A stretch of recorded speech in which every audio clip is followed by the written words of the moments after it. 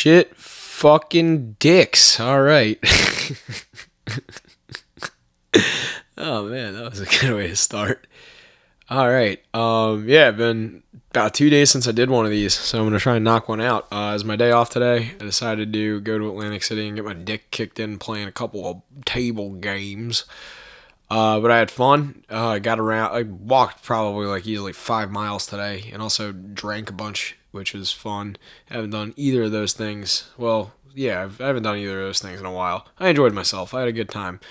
Got nice and stony baloney with the old Jakester too, which is cool. I was trying to get him to come over here tonight, but I don't know what's gonna happen. Might do half movie podcast and half Blacktooth podcast. So if you see this come up and there's a Blacktooth that comes up at the same time, just a little behind the magic. That's how fucking my life works. I just do shit when I can.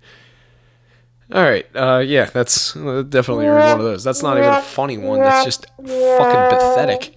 So stupid. All right, so today we're watching a movie on Amazon Prime that was recommended me by a friend named Jamie. He's my chef buddy from Raleigh.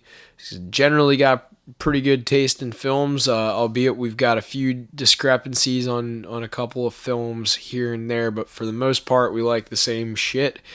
He watches a lot of fucking movies too, which I really respect. Like, he didn't go to film school or nothing. He's a chef dude, and on his days off, he just like plays video games, watches movies and shit. And he's given me a few good recommendations. One of which is the fucking Flowers in the Attic. It's that fucking incest movie. But yeah, that's a pretty fucking crazy movie. We watched I Spit on Your Grave as well, like the OG one and the remake, like both of those.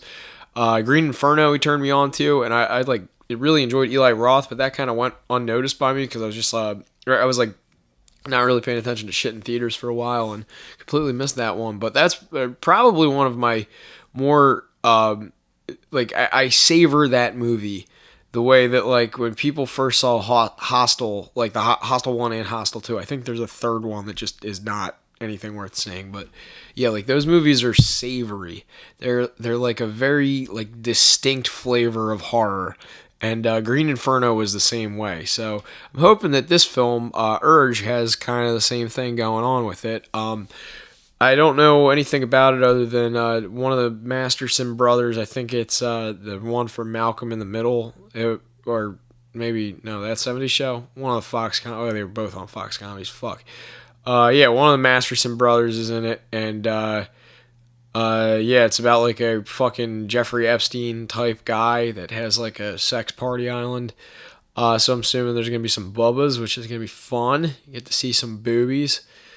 But yeah, just very interested in the whole subject right now. I don't want to turn this into a fucking conspiracy podcast because I don't know fucking uncorked on you guys last time. I don't like, necessarily outright believe a lot of fucking conspiracy theories, but there's a good amount. And I think there's a fundamental misrepresentation of what a conspiracy theory is. Conspiracy is just like two or more people planning to do some like misdeed or create, some kind of mistrust amongst others, and make plans and shelter themselves and kind of insulate themselves from other people. That's what it is. And it's like a very fundamental misunderstanding that like a theory, or a conspiracy theory are like, the exact same things. Like, I have theories on like, other shit where I don't think there's this like massive, like entanglement of like, things going on. Like, I just have theories about shit. And, right now I think that people think that sometimes serendipity is a little bit too serendipitous, but like once in a while shit really does come through in a way where you're like, God damn. But, I'm rambling. What I'm getting at is, I found it pretty interesting. I was, just browsing the old internet a couple of minutes ago, and I know that there's a lot of people that have their, opinions on this guy, George Soros.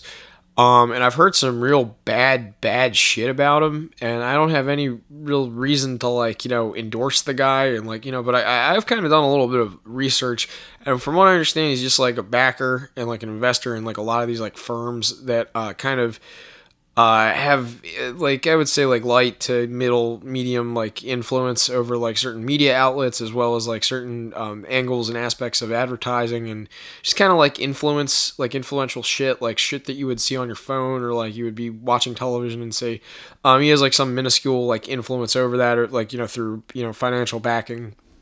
And I've heard the extent of it like being too that like it's pretty far reaching and people just are like blissfully ignoring that concept. And I'm like, all right, like maybe the guy's just kind of like doing some philanthropy shit and like it's being misconstrued. But like no, if you there was like a couple years ago this big paranoia about a caravan coming from I think Guatemala and it went up through Mexico and they were gonna like try and hop the border while President Trump was in, and everybody was making a big deal about it. And I think they tear gassed some Hispanic Latina ladies that were very upset with getting tear gas because they had their Ninos with them, and the Ninos weren't too thrilled about the spicy wind. Yeah, it's not fun. I've been pepper sprayed, or I guess like a party to pepper spray, and yeah, it's no bueno. But anyway, yeah, like so there was like this like research team that I guess went down to Guatemala where like the the like, kind of main epicenter of the mass exodus occurred, and so, like some people were like taking notes on like the billboards and like what was going on around there, and there's like all these like really like just very on the nose like George Soros tells you that there's a better life in America, like leave now, like go up there, and it's like very like pretty well documented that this happened, and I didn't really believe it either until I fucking saw it, and I'm like, okay, well that solves that. Shit like that. People that have like influence, but yeah, the thing I just read about like because it kind of seems like he's like doing this for like his own dastardly misdoings, and there's like no real way where he's like so far removed from it that like nobody can really point their finger at him and say like, oh yeah, you're a bad guy. Oh well, why? And it's like, well, because of this, that, and the other thing. And it's like, oh, you can't connect me to that, like and then it just kind of turns into like a bickering match. But yeah, some real definitive proof that's interesting. Interesting is I forget the name of the lab, but it is something with the word woo in it. It was like woozy, something like WUXI, something to the effect of that. There's a laboratory that the COVID bat allegedly originated from in Wuhan, over in China. And yeah, apparently that lab, one of George Soros's many, many, many, investment things, endeavors, I guess, fiscal endeavor. I don't fucking know. I'm tired. I smoked too much with Jake at the casino too. But yeah, the one of his like businesses, one of his enterprises. That's it. That's the word I'm looking for. Entrepreneur in his enterprises. That guy fucking owns a stake in that lab where the bat allegedly came from. So that's fucking interesting. And I just like shit like that. It's like I'm sure that there's to a certain extent like a lot of people that are like well insulated that are keeping this dude at a distance for their own personal gain, and then like in doing so they're also getting some kind of like power in a way that satiates some sick thing for them. I don't know the extent of it though. I'm not gonna sit here and be like, hey, it's a conspiracy theory, like on the very literal level. But I do have a theory that like yeah, that's something that could lead towards population control, which is what I talked about on the last one with like people getting all of their food from like one unified government source. That kind of seems like the next step to me. So I don't know, food for thought. So, with that, I got about a minute left. Urge, yeah. So, what I'm assuming for this, I got, no predictions. It seems like it's an Amazon Prime film. Or at least I don't know if it's an original, but it seems like something that was put on Amazon Prime in 2016. Haven't heard about it. Know the actors. Probably going to be about like, it's a 90-minute film. I'm going to assume that like solid 3 acts, probably 2 good ones, one and it like kind of wraps up with. Turns out the guy worked for the government and was blackmailing people. Kind of a la Jeffrey Epstein. I like really don't know what to expect from this. I'm kind of excited though. I like shit like this. I want to see like what like I'm always into films where you get to kind of see the inner workings of shit, like but told in a more dramatized way. which this seems to be. Like somebody's, clearly, paying attention to these high roller, government assets that are dropping like flies, and it seems like they're making dramatizations of them, which I will watch and enjoy. So I hope that this is good. Without further ado, we are watching Urge. That was a fucking nightmare. Holy fucking shit. Where to begin with this film? If you could even fucking call it that. It's a loose smattering of tangential stories. They roughly resemble what I guess you would call like a feature. But yeah. Now before I break this down, because there's not much to the story. I thought this was gonna go in like a completely different, more like grounded direction than where this was. Like I was like, oh man, like we got a movie that's gonna be about like, kind of like these upper elites like doing greasy shit, a little bit of like espionage, maybe a little bit and it's got Pierce Brosnan in it too. So I'm thinking like, oh, there's gonna be like a little bit of a Playboy like international man of mystery kind of like something fucking like something, some spy, or like not even spy, just got like goddamn espionage shit, I guess is the best way of putting it. But like, yeah, like people using like kind of, blackmail and other shit to get what they want, but in a way where it's got like I was expecting all of this to be what this film is, and it's just a complete fucking pile of manure. It gets a royal, like, not even a fucking chance that this movie like deserves anything. Yeah, I'm gonna just run it down real quick. I got a lot to talk about though on this, because it's a actual, like, I could use this as a excellent point to point out where they went wrong, and they could have made this movie better, but they wouldn't because of fucking hive mind. And I guess like I am about 6 years too late. So 2021.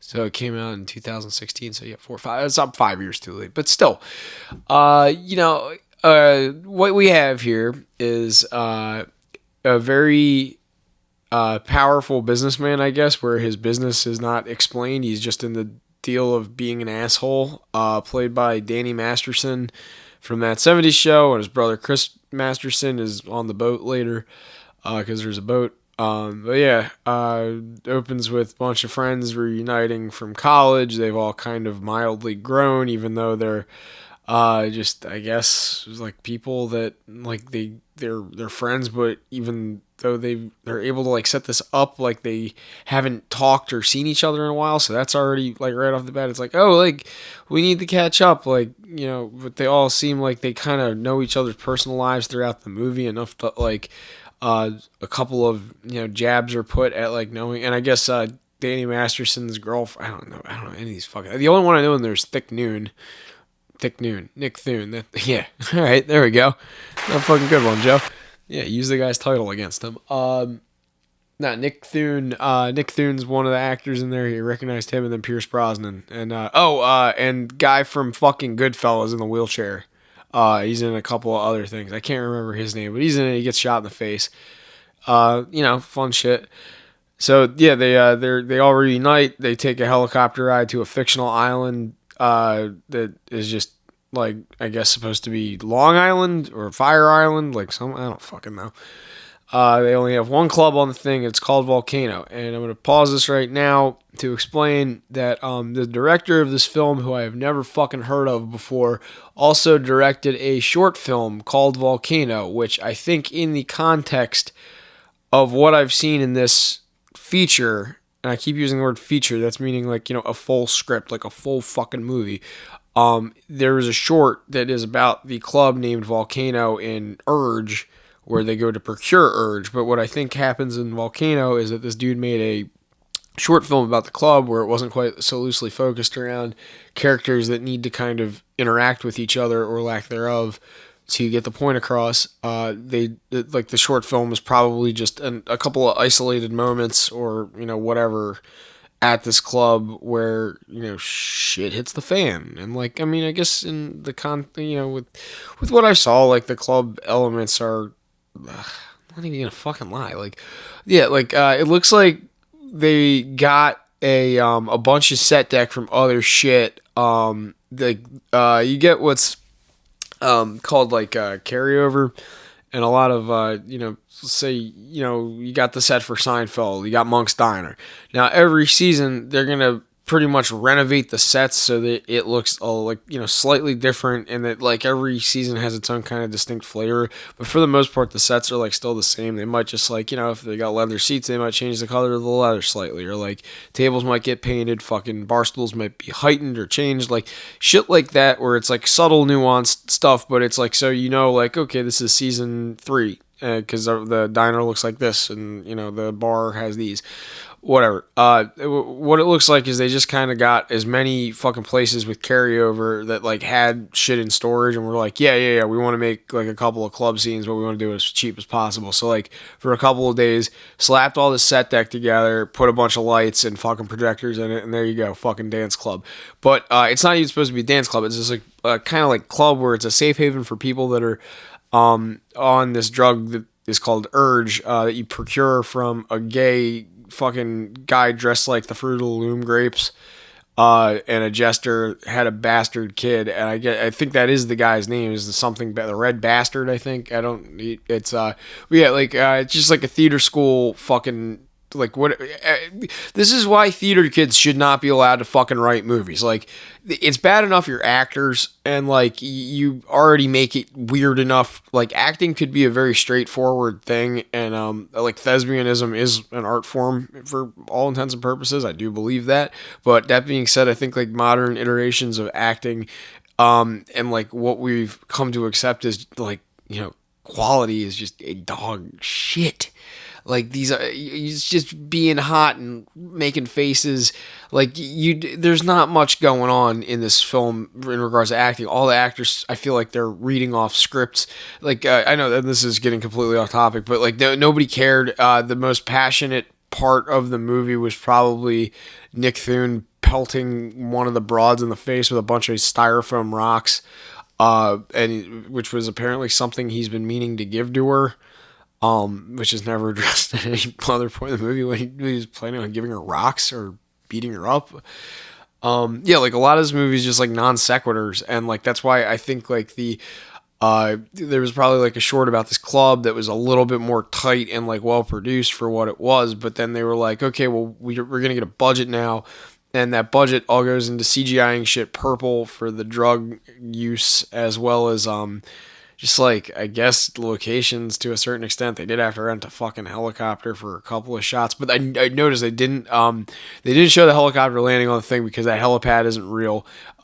So that was kind of something funny that I noticed. But yeah, then they show all of them getting in the fucking helicopter and flying. So clearly they had to rent a helicopter and fly it out to Long Island for like 2 hours. Just probably at the behest of the production designer, because you need to CG and they had to paint a helicopter. So fuck you. I'm glad that you had to do some actual work instead of just sitting around collecting union money, you fuckers. But yeah, back to the set. Yeah, like so. Like when it got to the club part too, it kind of made it apparent that this isn't like the director that was very competent with like what they wanted the message to be. The message is like muddled, but because of that, it's like the club aspect of it, or like the party aspect of it, or whatever you want to do. It's like you just wanted a backdrop for like hot people to be doing hot people things, and in like the context of this, it's like, oh yeah, like well let's just give them something that gets their clothes off and makes it seem like fun. But it's that like artificial fun, like 'cause fun is like such a subjective thing, and it's like these are people that are supposed to be having the time of their life, and they keep saying how epic and cool and fun this weekend is going to be. But in reality, all they want to do is just get high, and then they get high on drugs that they don't even really want. They're looking for other drugs at one point. They send the one dude to go get the other drugs because he's cool, and they think he can like negotiate. But like they're all just using this other urge drug, and not really having that good of a time. And it just kind of seems like, well, you guys like dude, you don't have to do that. Just because you guys keep saying this is gonna be an epic weekend, you should like do something you're not comfortable with. I don't fucking know.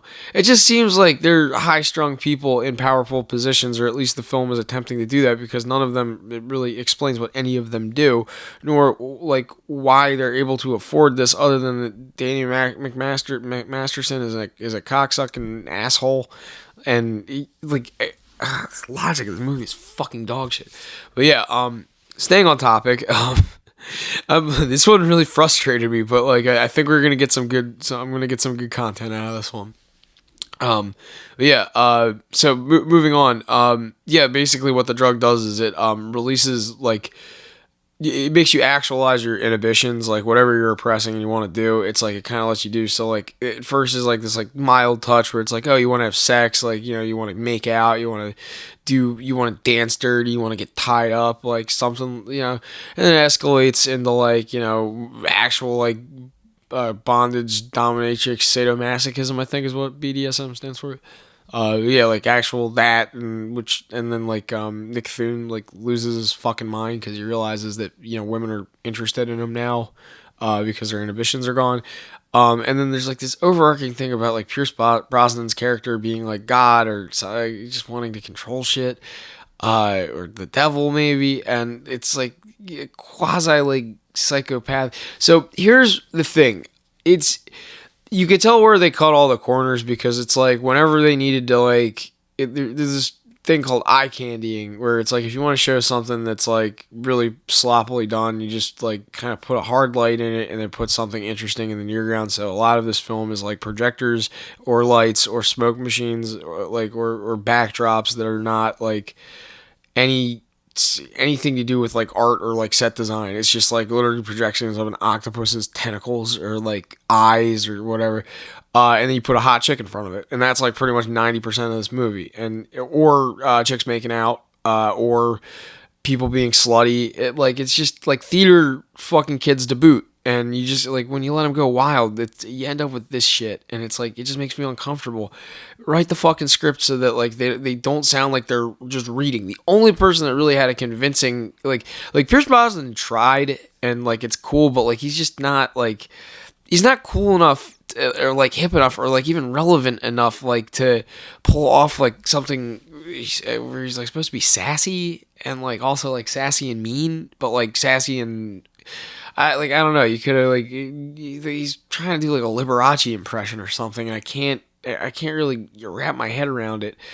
And then yeah, like as shit progresses, I guess in this film, yeah, like the inhibitions get lower and lower and lower, and then they realize that it's like this is supposed to be some kind of thing to like just fuck like a massive so they're on an island, I guess, and then the island is like where the experiment can take place, and then they're like giving people the experimental doses, and like they think they're doing drugs, but in reality, because it's like fashionable, but in reality what they're doing is being guinea pigs. And then like there's only one, they call it a ferry back to the mainland, but they get there by helicopter, so the ferry like is apparently like too chaotic, hence why they flew there, which is no recourse anyway. Like if they took the helicopter there and Danny McMasterson has to be there at a certain time, wouldn't the helicopter be returning or be even there in some facet? Like at a certain point, like there's no real ticking clock to the ferry, and like even so they are like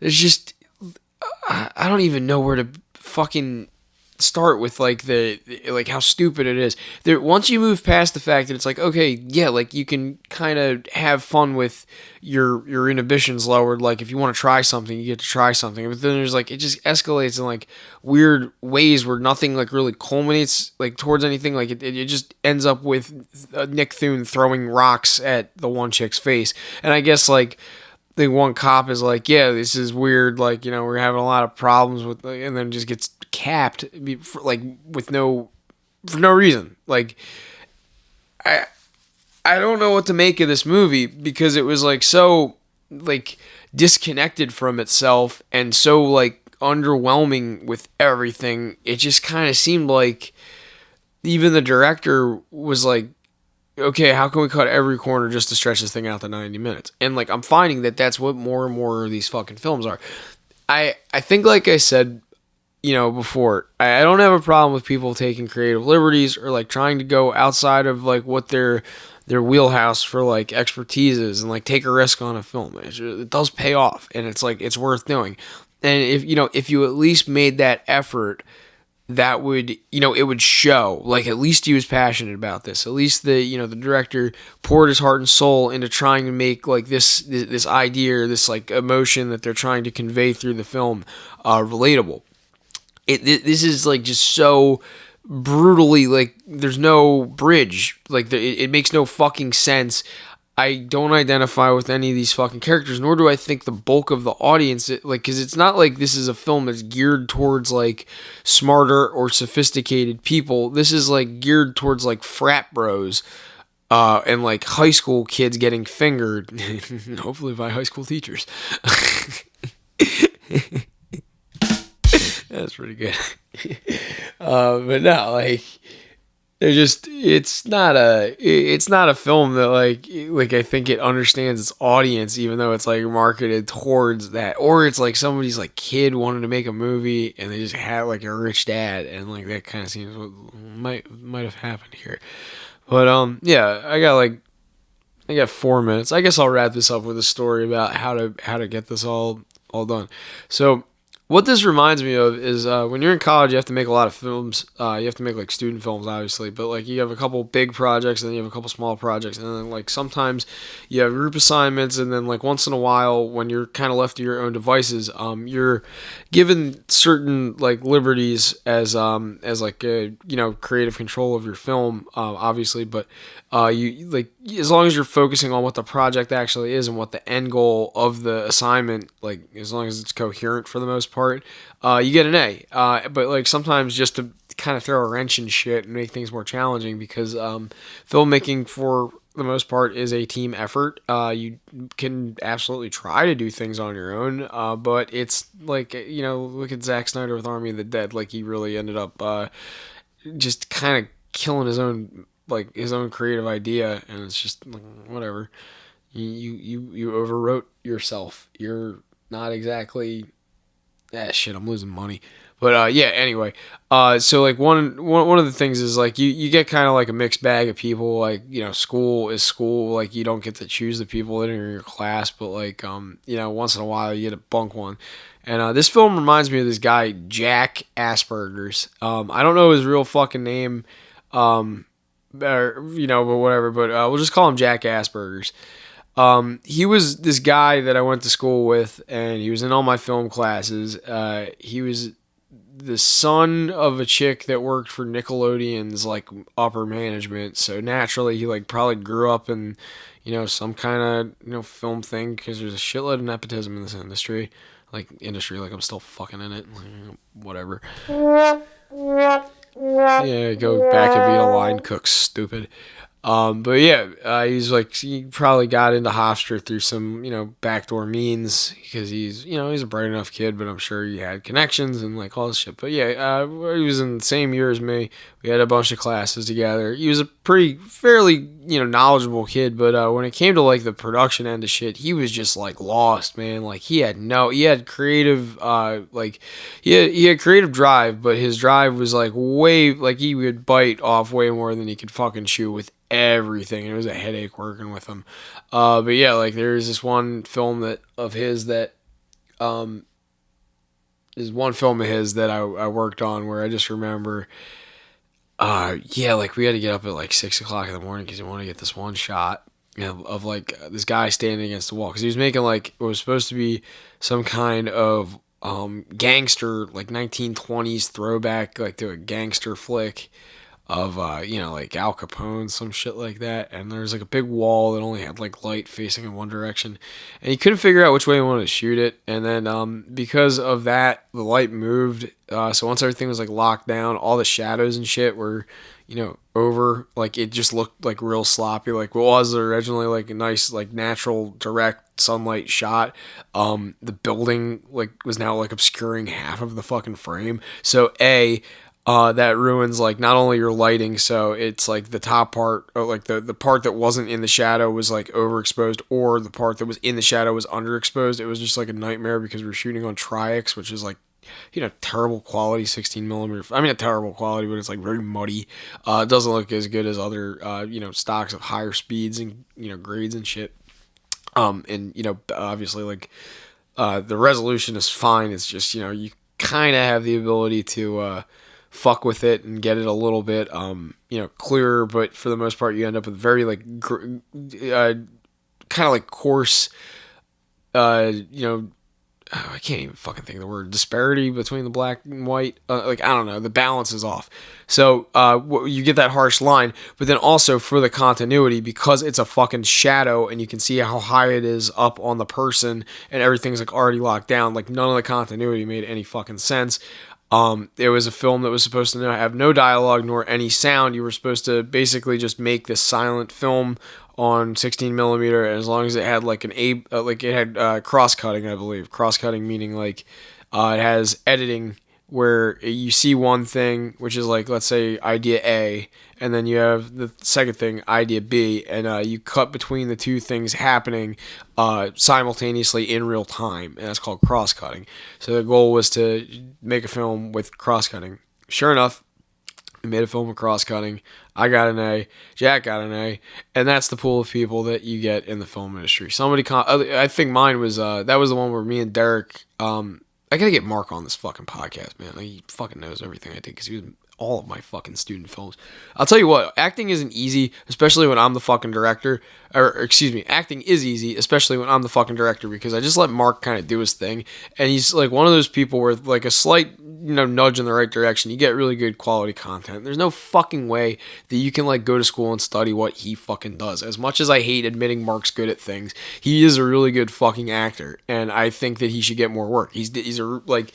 Honey Smack's water character is one of the funniest fucking things that ever happened, and nobody ever gets to fucking see it because their file got corrupted because Hofstra's computers are dog shit. But Mark legitimately went out and like bought an entire costume from a thrift store and pretended to be a jazz musician drumming on like garbage cans and shit around my house, and it was the funniest fucking film. People thought I hired him, but he's just really good at what he fucking does.